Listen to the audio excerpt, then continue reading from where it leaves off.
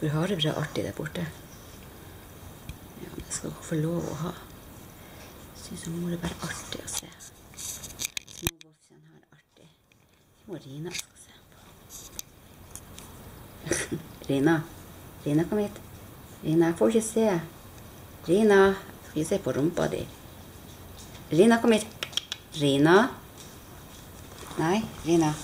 Typisk, den skal bort med en gang og filme og skal ta bilder av dem, så er de stå. Nå må holde dere her. Sånn. Ja, kan bare stå her og lagre det til orden. Rina, kom hit. Nei, Rina, kom hit. Mor skal få filme sånn artig videosnutt her med de små tøttene mine. Vajana og Vicky.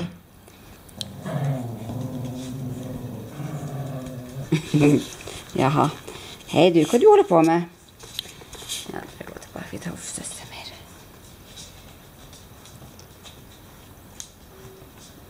Det der var gøy, hæ? Sant?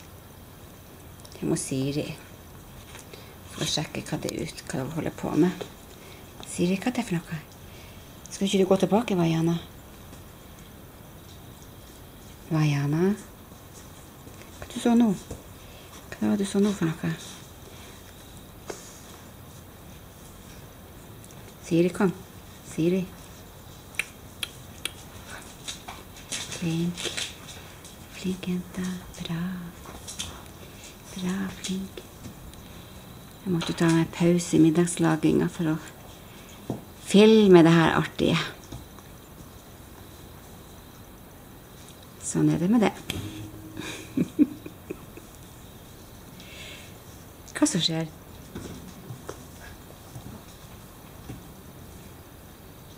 Ja. Dere klarer kanskje ikke å rive opp hele tissematta.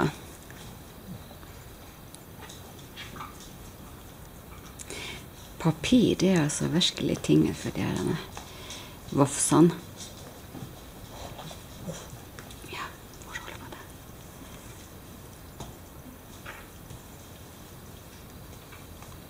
Skjønnete.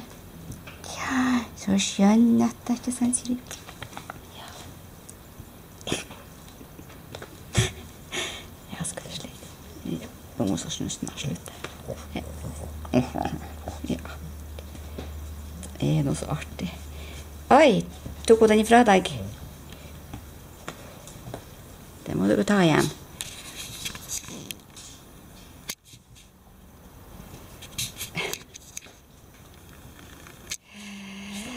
Små tøttene. Diddle-diddle. Diddle-diddle. Diddle-diddle. Så fin dere nå er. Ja. Om 2 dager så er de 9 uker. Ja.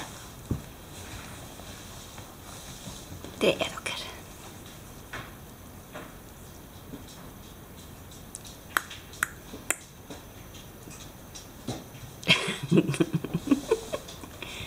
Skal vi slutte nå? Skal vi slutte nå? Skal vi slutte nå?